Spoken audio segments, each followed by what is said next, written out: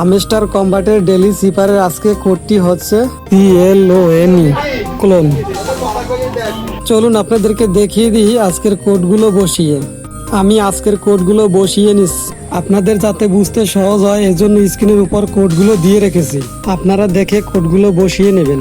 Dash লেখার জন্য স্ক্রিনের উপর চাপ দিয়ে উপর দিকে টেনে ছেড়ে দেবেন, আর ডট লেখার জন্য একবার ট্যাপ করে দিলেই ডট উঠে যাবে।